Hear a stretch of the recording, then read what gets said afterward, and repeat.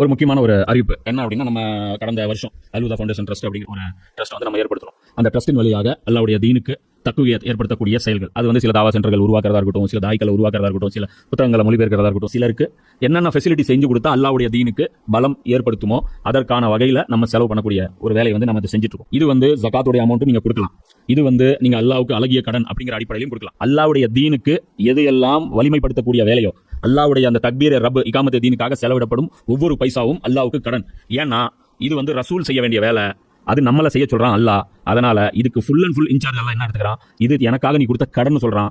அல்லாஹ் ரப்புல் ஆலமீன் அவன் கொடுத்த காசுக்கு அவனுக்கே நம்ம கடன் கொடுக்கக்கூடிய ஒரு மகத்தான வாய்ப்பு வந்து இந்த பணியை வந்து நம்ம செய்யறோம். இந்த ஒரு பணியை மட்டும் தான் நம்ம செய்யறோம். அல்லாஹ்வுடைய தீனை சரியான விதத்தில் முஸ்லிம்களுக்கு புரிய வைத்து அதன் மூலமாக அல்லாஹ்வுடைய தீனை வந்து வலுப்படுத்துவது இந்த ஒரே இலக்குக்காக நாம வந்து இந்த ஒரு ட்ரஸ்ட் வச்சிருக்கோம். இதுடைய பொருளாதாரம் நிறைய தேவைப்படுது. இப்போ வேலை செய்யத்தான் நமக்கு முதல்ல ஒரு நிலம் மட்டும் வாங்குறதுக்கு, ஒரு பில்டிங் கட்டுறதுக்கான பணி மட்டும் இருந்தால் போதும்னு நினைச்சோம். ஆனால் சர்க்கிள் பெருசாக ஆக நிறைய பணம் தேவைப்படுது. நீங்க எந்த அளவுக்கு கான்ட்ரிபியூட் பண்ணுவீங்களோ அந்த அளவுக்கு நாமளும் வந்து அந்த வேலைகளை வந்து சிறப்பான முறையில் செய்ய முடியும். அதனால ஒவ்வொருத்தரும் உங்களால் முடிஞ்ச உங்களுடைய பங்களிப்புகளை இந்த ரமலான் மாசத்துல இன்ஷால்லா நீங்க கொடுங்க. மறைவானது அறிவாங்க, இது இந்த மாதிரி சொல்லும். அப்ப இந்த விஷயங்கள்லாம் பார்க்கும்போது அல்லாஹ் வந்து மனிதன் வந்து பலவீனமா படைக்க, எனவே நான் அந்த கட்டுப்பாடுகளை தளர்த்துறேன் அப்படின்னு அல்ல சொல்றேன். நம்பிக்கை கொண்டவர்களே, உங்களில் ஒருவர் மற்றொருவரின் பொருட்களை தவறான முறையில் உண்ணாதீர்கள். பொருளீட்டுவதற்கு உங்களிடையே பரஸ்பர விருப்பத்தின் அடிப்படையில் கொடுக்கல் வாங்கல் இருக்க வேண்டும். ஒருத்தரோட காசு இன்னொருத்தர் என்ன பண்ணக்கூடாது, தவறான முறையில சாப்பிடக்கூடாது, திருடக்கூடாது, அவன் மிரட்டி வாங்கக்கூடாது. என்ன அது எப்படி இருக்கும்னா அவனா மனசார கொடுக்கணும். இப்ப இதுல சில விஷயங்கள் இருக்கு, மனசார கொடுக்கறது அதுவும் ஹராம். இப்போ வட்டி இருக்கு, மனசாரதான் கொடுப்பான். அவன் வந்து அவனா போய் வட்டி கொடுக்குறான். அப்ப இஸ்லாம் அதை அங்கீகரிக்குதா? கிடையாது. ஏன் அவன் வட்டி வந்து ஏன் கொடுக்குறான்னா, வேற வழி இல்லாம எவனும் வந்து வட்டி இல்லாம கடன் தர மாட்டேங்கிறான். அவனுக்கு வந்து ஆஸ்பத்திரி வந்து அவன் கட்டணும், இல்லைன்னா உங்க உயிர் ஊசலாடிட்டு இருக்குது, இந்த ஆபரேஷன் பண்ணணும். இப்ப என்ன பண்ணுவான், சாப்பிட்டுன்னு விடுவானா, வட்டி போவானா? இந்த சொசைட்டி நீங்க நாசமா பண்ணி வச்சுட்டு உட்காந்துட்டு இருக்கிறோம். நம்மளுடைய கடமையெல்லாம் விட்டுட்டோம். நபிசுல்லாஹ் காலம் இருந்தா, உமர்லியான காலம் இருந்தா அரசாங்கம் வந்து பொறுப்படுத்துவோம். இப்ப நீங்க அந்த மாதிரி விட்டு வச்சிருக்கீங்க. இப்ப என்ன ஆயிருச்சு, இவன் விரும்பாம தான் அந்த வட்டி கொடுக்குறான். இவனுக்கு வட்டி கொடுக்கணும்னு ஆசை கிடையாது. வட்டி வந்து நான் கடன் வாங்கணும், வட்டி நாளைக்கு நாளைக்கு ஏறிட்டே போகணும், இப்படி யாரும் ஆசைப்படுவாங்களா? இப்படி யாரும் படமாட்டாங்க. அப்போ இதுக்கு பின்னாடி வந்து ஒரு அழுத்தம் இருக்கு. வேற வழி இல்லாம தான் அவங்க அந்த மஜ்பூர், அதாவது ரொம்ப ஒரு இதாகி ரொம்ப ஒரு பாதிக்கப்பட்ட நிலையில தான் வட்டி கொடுக்குறாங்க. அதே மாதிரி லஞ்சமும் இவன் தான் உணவு கொடுக்குறான். பாக்கெட்ல இருந்து இருந்தாங்க வச்சுக்கிட்டு, ஏன் நீ அழைய விட்டாலும் அந்த மாதிரி அது கொடுத்தா அன்னைக்கு ஈவினிங்கா சைன் கிடைச்சு. இதுவும் வந்து கேட்டா நம்ம அப்புறம் விருப்பப்பட்டு கொடுத்ததுதான். ஆனா விருப்பப்பட வச்சிருவாங்க இவங்க. அதே மாதிரி கல்யாணம் போகும்போதே, இங்க இருந்து போகும்போது என்ன பண்ணுவாங்க, வாடகை கொண்டு போட்டு போயிடும். இவங்க கிட்ட இருக்காது அவ்வளவு பவுனு, அப்படி போட்டுட்டு அங்க போவாங்க. அப்படியே அந்த இவ்வளவு இருக்கும், ஒரு ஆறு, ஒரு ஒரு செயின், அது கவரிங்க என்னன்னு கூட தெரியாது, அது கண்டுபிடிச்சிருவாங்க இவங்க. அப்புறம் எதோ மோதிரம் எல்லாம் அப்படி போட்டுட்டு வருவாங்க. வந்துட்டு உங்க வீட்டுக்கு எங்க வீட்டுல அப்படின்னு உட்காந்தாலே முடிஞ்சு போச்சு. அப்ப என் பொண்ணு இவங்க என்னெல்லாம் போட்டிருக்காங்களோ என் பொண்ணு அது போடணும்னு அர்த்தம். நாங்க எதையும் எதிர்பார்க்கறதுல இல்லைங்க, நீங்க உங்க பொண்ணுக்கு என்ன செய்வீங்களோ செய்யுங்க, அவ்வளவுதான். ஒரு வார்த்தை தான். ப்ரெஷர் எல்லாம் தரமாட்டாங்க. அது ப்ரெஷர் எப்படி கொடுப்பாங்கன்னா, இது அவன் வந்து நம்ம இது இப்ப நாளைக்கு கூட்டு வந்துருவாங்க, கம்மி நிறைய கூட்டு, ரெண்டாவது மூணாவது ஏதோ ஒரு மருமக ஜாஸ்தியா வாங்கிட்டு வந்துருவா. அப்ப என்ன பண்ணுவாங்க, என்ன பண்றது, நமக்கு அந்த நேரத்துல என்ன கிடைச்சதோ அதுதான் கூட்டு வந்தோம். அப்ப அந்த பேசும்போது என்ன ஆயிரும், அவங்க அப்பா மறுபடியும் என்ன பண்ணுவான், கொண்டு போய் கொடுக்கும். அப்ப அந்த வண்டிக்கு டிமாண்ட் பண்றது, அவரு கார் வாங்கி கொடுத்தாரு, அவனும் மனுஷன், அப்படி நீ யாரு அப்படின்னா, இப்படி வந்து இன்டைரக்டர் ப்ரெஷர் கொடுக்குது. அல்ல சொல்றான், அது அல்லாஹ்க்கு தெரியும். நீ என்னன்னா, அதாவது நீ எத்தனை டைப்பா மூஞ்ச மாத்துவ, நீ எவ்வளவு பெரிய முள்ள மாதிரி தனம் பண்ணுவ, இதெல்லாம் எனக்கு தெரியும். இந்த பரஸ்பரம் நாங்களா கேட்கலீங்க, விருப்பத்தோட போட்டேன். அப்புறம் சாப்பாடு எங்க இதுல வந்து பாத்தீங்கன்னா 13 ஐட்டம் இருக்கணும் சாப்பாடுல. பாத்தீங்கன்னா இந்த இதுவுமே சாப்பாடு, அதுல வந்து சிக்கன் கிரேவி ஒண்ணு, அப்புறம் சிக்கன் இது ஒண்ணு, சைஸ் வந்து 50 கிராம் இருக்கணும். அதுல வந்து கத்திரிக்காய் வந்து இப்படி வைக்கணும், வெங்காய சட்னி இவ்வளவு இருக்கணும். அப்புறம் வந்து மினரல் வாட்டர் தான் என்னாலும் குடிப்பாங்க, சாதா வாட்டர் தான் குடிக்க மாட்டாங்க. அந்த மாதிரி தான் இருக்கணும். அப்படின்னு சொல்ல பாஸ்மதி ரைஸ் தான் போடணும். எல்லாமே ஆர்டர் பண்ணிட்டு அப்புறம் செய்ய வேண்டி செஞ்சிருங்க. இப்படி வந்து ப்ரெஷர் கொடுக்குது. இதெல்லாம் அதே மாதிரி ஜோசியம் பாக்குறது. ஜோசியம் பாக்குறதுக்கு போவான், என்ன விரும்பிதான் காசு கொடுப்பான். அவன் என்ன நினைச்சு கொடுப்பான், இவனுக்கு வந்து நிறைய விஷயம் மறைவானது தெரியும்னு நினைச்சு கொடுப்பான். அது போய் இவன் ஒரு துபாபூர்னு தெரிஞ்சு அவன் காசு கொடுப்பானா, தரமாட்டான். அப்போ இந்த மாதிரி ஏமாத்துற வகைகள் எல்லாம் இருக்கோ அது எல்லாமே ஹராம். அல்லாஹ் என்ன சொல்றான், உங்களிடையே ஒருவர் மற்றவரின் பொருட்களை தவறான முறையில் உண்ணாதீர்கள்.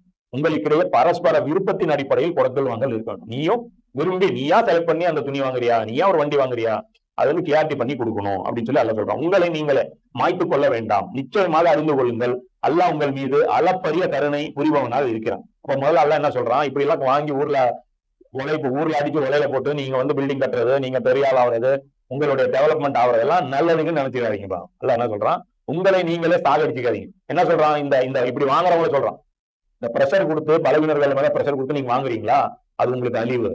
எங்க அழிவு? இங்க கிடையாது, இங்க ஒண்ணும் நடக்காது, மறுமையில உங்களுக்கு சரியான அழிவு.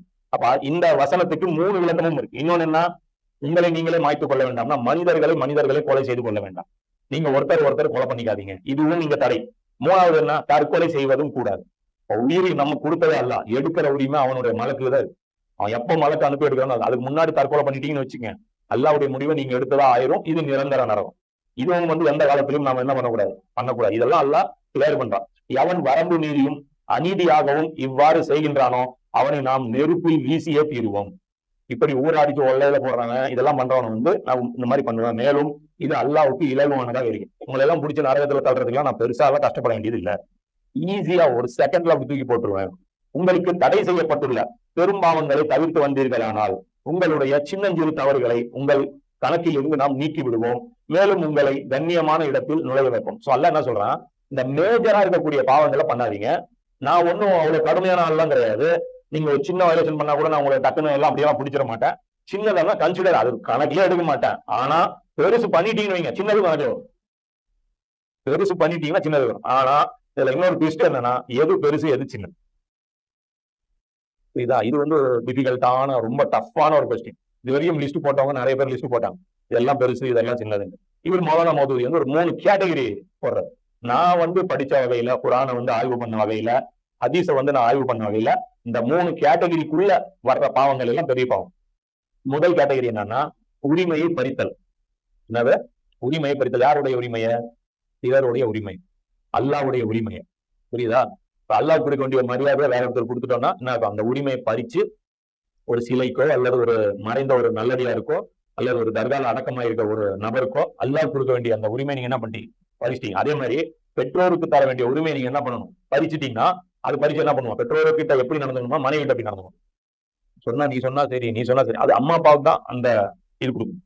அம்மா அப்பாவுக்கு அவ்வளவு வெயிட் கொடுக்கணும். இப்ப அந்த இடத்துல என்ன பண்றாங்க, அதை விட்டுட்டு மத்தவங்களுக்கு அந்த உரிமையை கொடுத்துட்றாங்க. அதே மாதிரி ஒரு கடைக்காரர் வர்றாரு, அவர் 100 ரூபாய் பொருள் கொடுக்குறாரு, சக்கரை 1 கிலோ தரணும். இவருக்கு 100 ரூபாய் வாங்கி தரல, அந்த 100 ரூபாய் நான் அவனுக்கு கொடுக்கணும்ல. என்ன பண்றது? கடைக்காரர்ல மோசடி பண்ணி 50 கிராம் குறைச்சது. கொடுத்த உரிமையில, அதாவது அவருக்கு எவ்வளவு உரிமையோ அவருக்கு கொடுக்காம வருது. இதெல்லாம் பெரும்பாவம். நம்ம நினைச்சிட்டு அதனாலதான் அல்லாஹ் ஷிர்க் என்ன சொல்றான், இணை வைத்தல்ங்கிறது மிகப்பெரிய அநீதி அப்படின்னு சொல்லி அல்லாஹ் குர்ஆன்ல சூரா லுக்மான்ல அல்லாஹ் சொல்றான். இது ஏன் சொல்றான் அப்படின்னா, அல்லாஹ்வோட கண்ணியத்தை தூக்கி தகுதி இல்லாம இன்னொருத்தனுக்கு கொடுத்தது. இது அநியாயம் தானே. இப்ப நான் சொல்றேன், உங்களுக்கு புரியுற மாதிரி சொல்றேன். நீ பிளஸ் 2ல நைட்டு பகல உட்காந்து படிச்ச 1190 மார்க் நீ வாங்கிட்ட. அவனுக்கு பக்கத்துல வரல, அவன் எக்ஸாம்லயே வரல, வேற ஸ்கூலுக்கு வேற பேர்ல வெளியே போட்டிருக்கான், அவன் பேர்ல 1998 மார்க், 1190. இப்ப அவனுக்கு எவ்வளவு கோவம். உழைப்பு செஞ்சது நானு, அந்த நாய் எக்ஸாமே எழுதல, ஒண்ணும் நடக்கல. உன் உரிமையை பறிச்சு அங்க கொடுத்துட்டாங்க.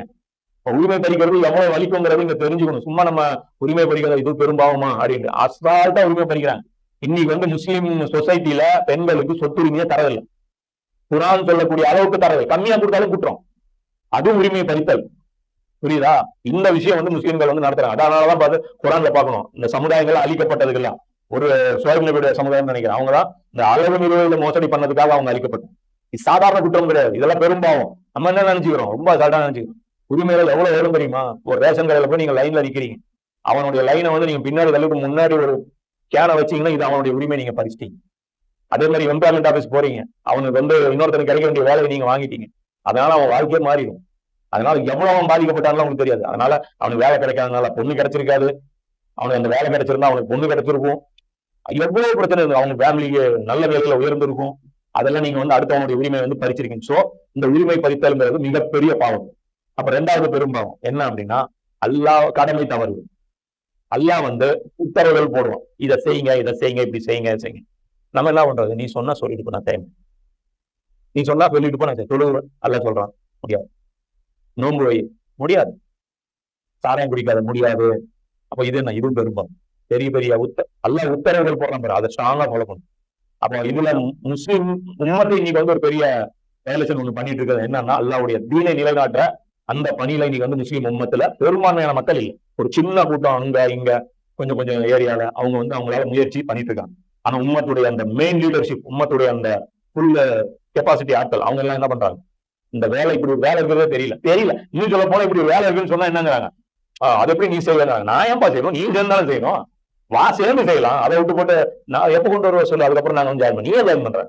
நானும் மூசா நபிக்கு சொன்ன மாதிரி நீயும் எல்லாம் போய் சண்டை போடு, அதுக்கப்புறம் நாங்க வந்து அந்த ஊருக்குள்ள வர்றோம் அப்படிங்கிற மாதிரி அபத்தமான விஷயம். அப்ப அல்லாஹ் என்னன்னு சொல்றான், நம்ம முன்னாடி நிறைய படிச்சோம், வேதத்தை மக்களுக்கு பகிரங்கப்படுத்தணும், மறைக்க கூடாதுன்னு நல்லா சொல்றோம். அப்போ இன்னைக்கு வந்து முஸ்லீம் அல்லாதவர்களுக்கு தெரியுமா குரான்ல என்னென்ன இருக்குன்ட்டு? அல்லாஹ் ரசூலுக்கு வந்து சமூக நீதிக்காகத்தான் அனுப்புனான்னு இன்னைக்கு முஸ்லீம் இல்லாதவனுக்கு தெரியுமா? திருமாவளவனுக்கு தெரியுமா? கேட்டு பார்க்கலாமா? ஒண்ணு சும்மா குரான் போஸ்ட் கொடுத்துருந்தீங்க, அவங்க குரான்ல இருந்து தப்சீர் எடுத்துருவாங்களா? குரான் அவ்வளவு ஈஸியா புரிஞ்சுக்க முடியுமா? குரான்ல எவ்வளவு விஷயங்கள் நீங்க வந்து ரசூலுடைய வாழ்க்கையை கூட முயற்சி பண்ணி தான் நீ குரானை புரியும். ரசூலுடைய நீங்க இப்ப குரான் மட்டும் கொடுக்குறீங்க, ரசூலுடைய வாழ்க்கை எங்க இருக்கு? அது எத்தனை வால்யூம்?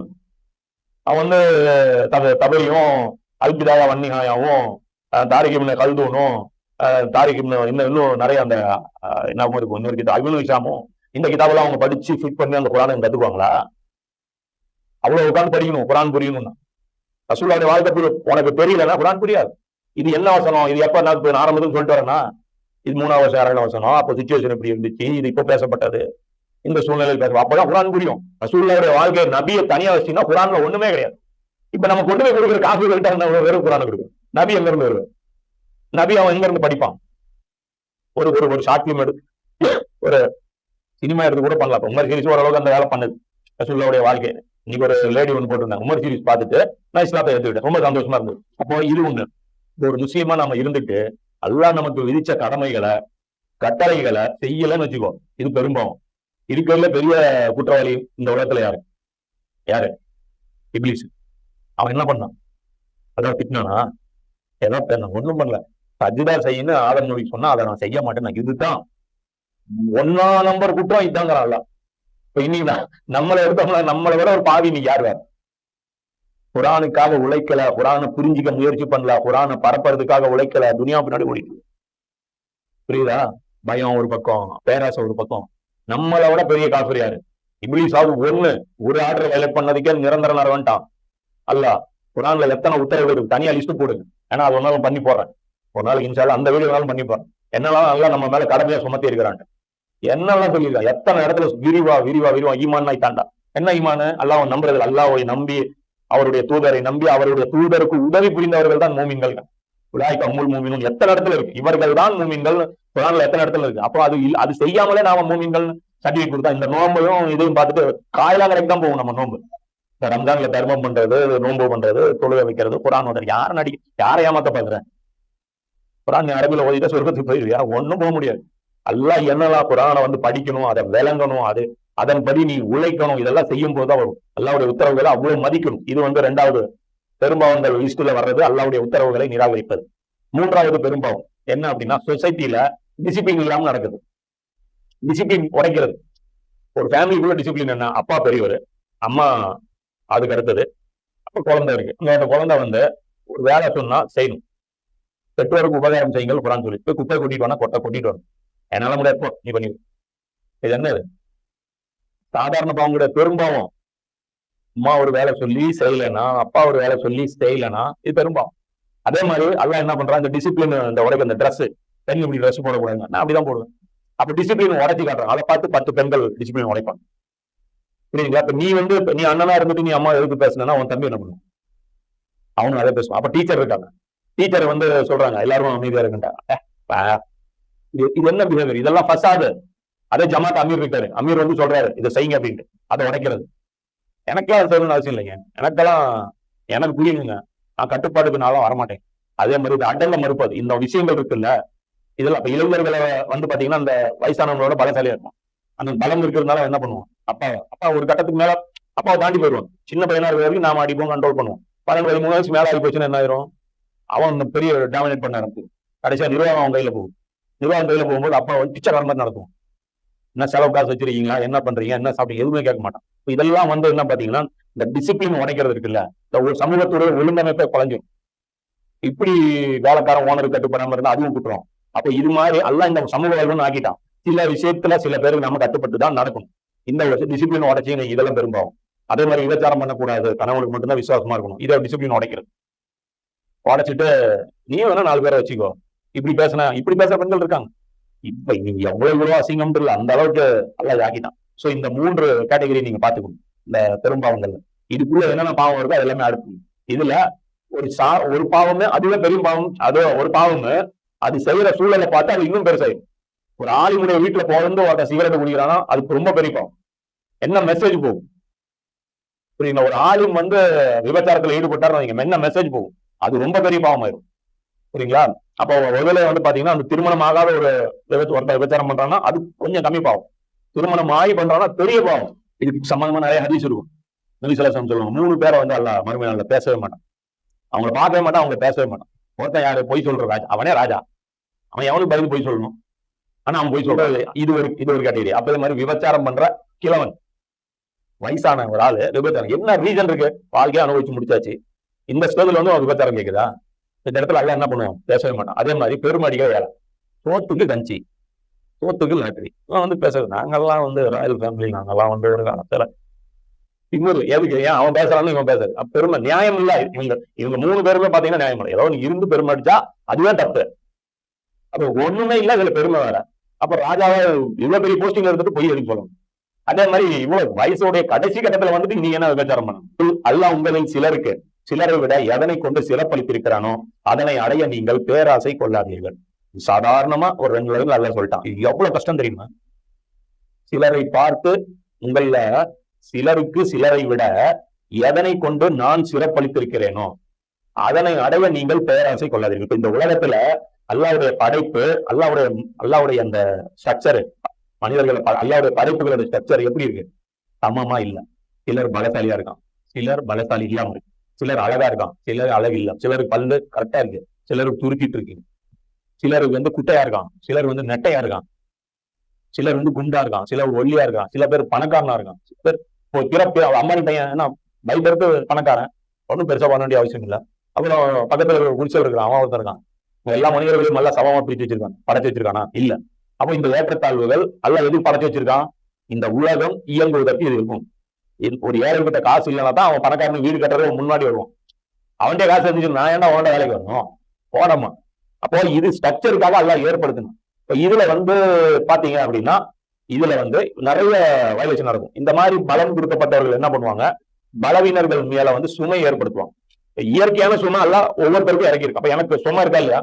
என் பொண்டாட்டிக்கு நான் சாப்பாடு போடணும், எங்க அம்மாவுக்கு சாப்பாடு போடணும், நான் உழைக்கணும். இது ஒரு சுமை தானே. சாதாரணமா இன்னைக்கு சாப்பாடு கிடைச்சிருமா? ஒரு வீடு 5000 ரூபாய், ஒரு ஹிஜாபை மெயின்டைன் பண்ணக்கூடிய ஒரு வீடு வேணும்னா எவ்வளவு காசு வேணும்? வாடகை எவ்வளவு ரேட் ஏறுது, கரண்ட் பில் எப்படி போயிட்டு இருக்குது, புரியுதா? அப்போ இது ஏன் பண்றதே ஒரு சிரமம். அதுல இந்த பலவீனர்கள், பலமுள்ளவர்கள் இருக்காங்கல்ல, அவங்க என்ன பண்றாங்க? இன்னும் அந்த பலவீனர்களை அவங்க மேல சிரமத்தை சுமத்துறாங்க. எப்படி சுமத்துறாங்க? உதாரணத்துக்கு ஒரு அம்பானி அதானி என்ன பண்ணிட்டாரு? கடன் வாங்கிட்டு என்ன பண்ணாரு? கம்பெனி லாஸ் பண்ணிட்டு எழுதி கொடுத்துட்டாரு.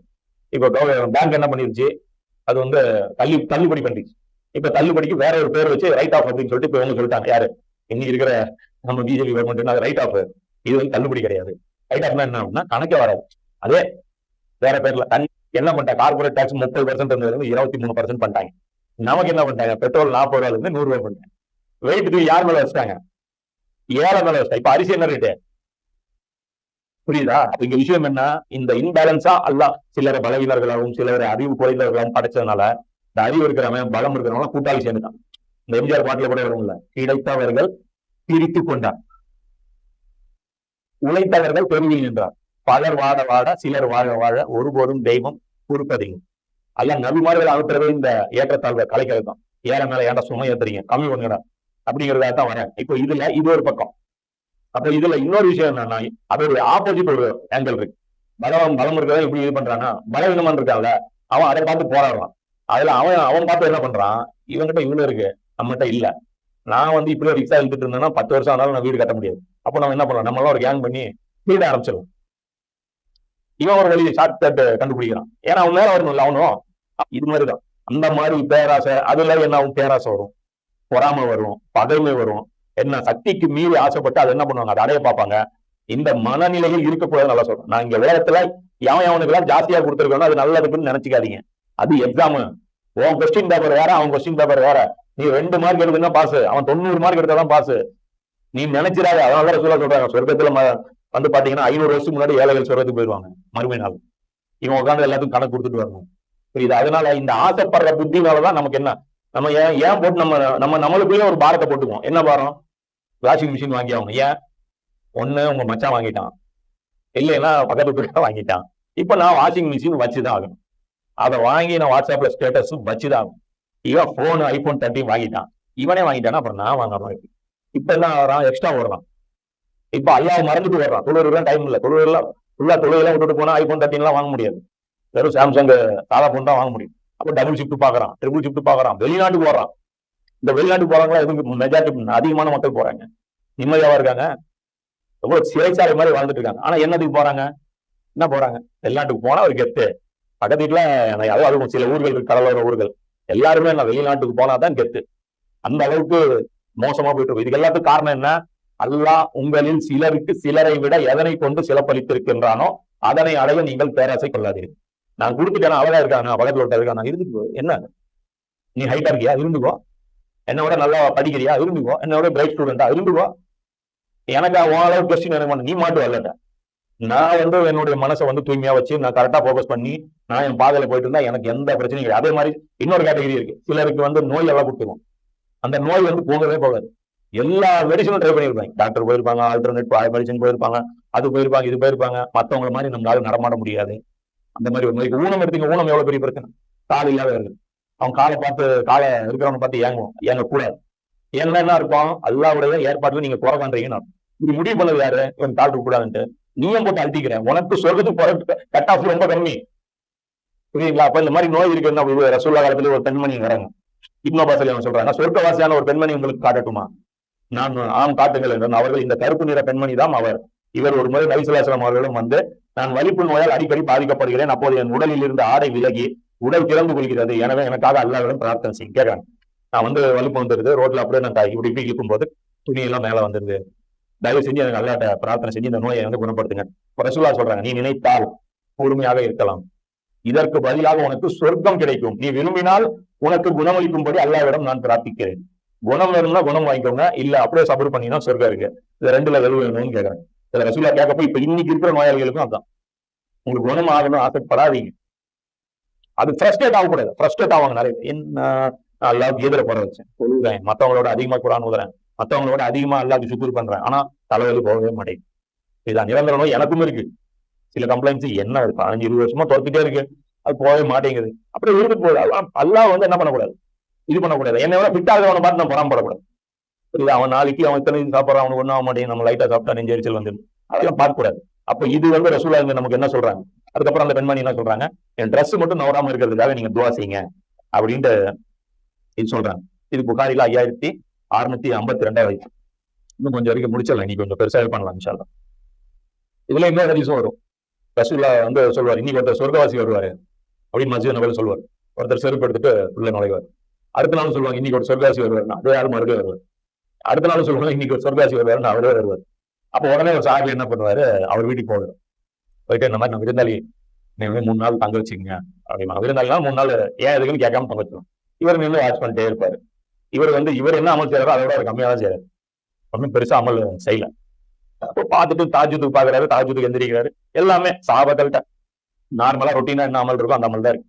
இப்ப அந்த அமல இருக்கும்போது அவர் கேட்கறாரு, கடைசியா 3 நாள் வரைக்கும் ஒரு ஆய்வு பண்றாரு, ஒன்னும் புரிய மாட்டேங்குது, எதுக்காக அல்லாஹ் இவரை சொல்றத ரசூலுல்லாஹ் ஏன் அப்படி சொன்னாங்க. அப்ப கடைசியா கேட்கறாரு, ரசூலுல்லாஹ் உங்களை பார்த்து இப்படி சொன்னாங்க, எதுக்காகன்னு எனக்கு தெரியலைங்க.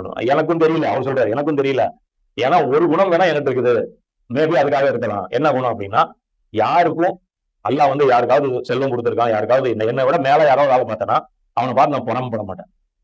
நீ ஒரு மேனுவல போறியா, பக்கத்துல ஒரு போர்சைக்கார் போதா, ரியாக்ட் பண்ணக்கூடாது, அம்மா அப்படின்னா முடிஞ்சு. புரியுதா? இதுதான் நம்ம அதான் சொல்றோம். இன்னும் நம்மளா வச்சிருக்கோம் இந்த iPhone 11 iPhone 3 இந்த வகையில பார்க்கும்போது சலீம் பை நமக்கு ரொம்ப இம்ப்ரெஸ் ஆன ஆகியார் சலீம். அவர்கிட்ட பார்த்தீங்கன்னா இந்த துனியாவோட அந்த முகப்பத்து கிடையாது. அதனாலதான் அவர்கிட்ட நம்ம அந்த ஃப்ரெண்ட்ஷிப் வச்சிருந்தோம். ஜமாத்துல எவ்வளவு பேர் எப்படி இருந்தாலும் சலீம் கூட அவர் கூடவே இருந்த காரணம். இன்னைக்கும் அதே சைக்கிள் தான், சிம்பிள் தான். அவன் மனைவியும் அந்த மாதிரி ஒத்துழைப்பு கொடுக்குறாங்க, மகளும் ஒத்துழைப்பு கொடுக்குறாங்க. இது சாதாரண பண்பு கிடையாது. அல்லாஹ் சொல்றேன், சாதாரண பண்பு கிடையாது. மூமின்களால மட்டும்தான் இதை வாழ முடியும். வயிற்றுச்சல் படாம நம்மளால இருக்கவே முடியாது. புரியுதா? நீ ஏமா RX100 எடுத்து முக்கியம் அவன்கிட்ட இல்லை, நீ இன்னொருத்தன் பெயிண்ட் அடிச்சு சும்மா கொண்டாங்க அப்படி நிப்பாட்டுவான், 2 டிஸ்க் பிரேக் செல்ஃப் ஸ்டார்ட் முடிஞ்சது, வேலி ஈமான் அடிச்சு வேலை நாம வாங்கணும்னா வேலை முடிஞ்சது. புரியுதா? அதே மாதிரி போற நீ வந்து டிவி வந்து ஒரு 32 இன்ச்சு டிவி வச்சிருக்கீங்க, அவங்க 65 இன்ச் மாட்டிட்டு அவ்வளவுதான். இந்த மாதிரி நம்மகிட்ட இல்லையே, இந்த குழம்பு இருக்கக்கூடாது. இதா வேலை நல்லா என்ன லெவல்ல நம்மளை வச்சிருக்கானோ அது அவனுடைய ஹிக்மத்தின் அடிப்படையில நமக்கு இந்த ரோல் கொடுத்திருக்கான். பெருசா ஒன்றும் அடிக்காதீங்க. இதுதான் எல்லாம் சொல்றான். ஆண்களுக்கு அவர்கள் சம்பாதித்ததற்கு ஏற்ப பங்கு உண்டு, மேலும் பெண்களுக்கு அவர்கள் சம்பாதித்ததற்கு ஏற்ப பங்கு உண்டு. இருப்பினும் அல்லாஹ்விடம் அவனுடைய அருளை கோரிய வண்ணம் இருங்கள். நிச்சயமாக அல்லாஹ் யாவற்றையும் நன்கறிந்தவனாக இருக்கிறான். இப்ப இந்த இடத்துல என்ன சொல்றாங்க, இதுல நிறைய சகோதரிகள் வந்து இதுல என்னுடைய யூடியூப் சேனல்ல வந்து கேள்வி கேட்கறேன். நீங்க ஆண்கள் வந்து நிறைய வேலை செய்றீங்க, மீட்டிங் நடத்துறீங்க, அது பண்றீங்க, இது பண்றீங்க, ஜமாத் நடத்துறீங்க, ஆர்ப்பாட்டம் பண்றீங்க. நாங்க வந்து சமையல் ரூம்லயே உட்காந்துட்டு இருக்கிறோம், எங்களோட ஜோன் ரொம்ப சின்னதா இருக்கு, அப்ப எங்களுக்கு வந்து நன்மை கம்மி தானே? கிடையாது. இந்த புள்ளவை ஒழுங்கா வளர்த்துட்டீங்கன்னா அதே பெரிய சாதனை. அந்த குழந்தைய வந்து எந்த பாவத்திலையும் சித்திக்காம பையன் போன் நோன்றானா, அவன் டியூட்டி வைக்கிறான், உங்களுக்கு 24 மணி நேரம் டியூட்டி வைக்கிறாங்க, கொஞ்சம் ஏமாந்தாலும் போன் நோன்றான்ல, அவனை வாட்ச் பண்றதுதான் உங்க வேலை. அதை பண்ணல, அதுதான் சொல்றோம் உங்களுக்கு. நாங்க என்ன பண்ணுவோம், நாங்க ஊர்ல எவன் பாவம் பண்றான்னு நாங்க அதை பார்ப்போம். நீங்க என்ன பண்ணுவோம், வீட்டுல இருக்கிற உங்க குழந்தை என்ன பாவம் பண்ணுது நீங்க பார்க்கணும். அதை குறிச்சுதான் எல்லாம் உங்கள்கிட்ட விசாரிப்பான். எங்களுக்கு வந்து ஊர்ல ஏன்டா சீர்திருத்தம் பண்ணலன்னு எங்களை கேட்பான், வீட்டுல ஏன் சீர்திருத்தம் பண்ணலன்னு உங்களை கேட்பான். உங்களுக்கு உங்க போர்ஸ், ஏன்னா உங்க உடல் அமைப்பு அப்படி, உங்களை படைச்சது அப்படி, உங்களுக்கு சக்தி அப்படி. அதே மாதிரி நீங்க செய்யற வேலை எங்களால சுட்டு போட்டாலும் செய்ய முடியும். ஒரு குழந்தைய கொடுத்து ஒரு நாள் தூங்க வைங்கன்னு சொன்னா முடியவே முடியாது. ஒரு அப்பானால அது சாத்தியமே கிடையாது. 2 வயசுக்குள்ள இருக்கிற குழந்தைய தூங்க வைக்கவே முடியாது. இது மாதிரி அவங்க படைக்கப்பட்டவர்களுக்கு தகுந்த மாதிரி செயல்படுங்க. தாய் தந்தையரும் நெருங்கிய உறவினரும் விட்டு சென்ற சொத்துக்களில் இருந்து வாரிசுதாரர்களை நாம் ஒவ்வொருவருக்கும் நிர்ணயித்துள்ளோம். நீங்கள் யாரோடு உடன்படிக்கை செய்துள்ளீர்களோ அவர்களுக்கு அவர்களுக்குரிய பங்கை கொடுத்து விடுங்கள். நிச்சயமாக அல்லாஹ் ஒவ்வொரு பொருளையும் கண்காணிப்பவனாக இருக்கிறான். சோ இந்த இடத்துல அல்லாஹ் என்ன பண்றான், இவங்க சொத்து உரிமை சிஸ்டம் எப்படி இருந்துச்சு, எங்க கல்யாண சிஸ்டம், இந்த ஆண் பெண் பாலின பிரச்சனைகள் எல்லாம் எப்படி இருந்ததுன்னு நல்லா சொல்லிட்டு கொடுக்குறான். அந்த சொத்துரிமை விஷயத்துல அல்லாஹ் என்ன சொல்றான், நான் என்ன சொல்றேனோ அதான். இது வரைக்கும் நீங்க ஊருக்குள்ள கடைபிடிச்சிட்டு வந்தது எல்லாம் வேற. இது வரைக்கும் அவங்க எப்படி கடைபிடிச்சிருந்தாங்க, அந்த வளர்ப்பு மகனை வந்து மகனுக்கு உண்டான சொத்து கொடுப்பாங்க, புரியுதா? அப்ப சில பேரை வந்து சகோதரன்னு டிக்ளேர் பண்ணிடுவாங்க, டிக்ளேர் பண்ணிட்டு அந்த மாதிரியே கொடுப்பாங்க. இதெல்லாம் நடக்காது. எல்லாம் சொல்றாங்க, இதெல்லாம் இப்பெல்லாம் இந்த டம்மி ரிலேஷனுக்குலாம் எதுக்குமே வேல்யூ கிடையாது. ஆனா நீங்க உயிரோட இருக்கும் போதே நீங்க யாரோட உடன்படிக்கை செய்திருக்கலாம், அப்படி யாருக்காவது தரேன்னு சொல்லியிருக்கீங்க அப்படின்னா உயிரோடு இருக்கும்போது கொடுத்துருவாங்க. ஆனா செத்ததுக்கு அப்புறம் அவங்களுக்கு லீகலா என்ன ஆயிராது. அல்லாஹ் குர்ஆன்ல யாருக்கெல்லாம் சொத்து நிர்வகிச்சானோ அவங்களுக்கு மட்டும்தான் சொத்து கொடுக்கணும் அப்படின்னு சொல்றா. அல்லாஹ் ஒவ்வொரு பொருளையும் கண்காணிப்பவனாக இருக்கிறாங்க அப்படின்னு சொல்றா. இது வரைக்கும் போதும். இன்ஷா அல்லாஹ் நாளையிலிருந்து வேற சப்ஜெக்ட் பார்ப்போம். வாக்கிர் தாவானா அல்ஹம்துலில்லாஹி ரப்பில் ஆலமீன்.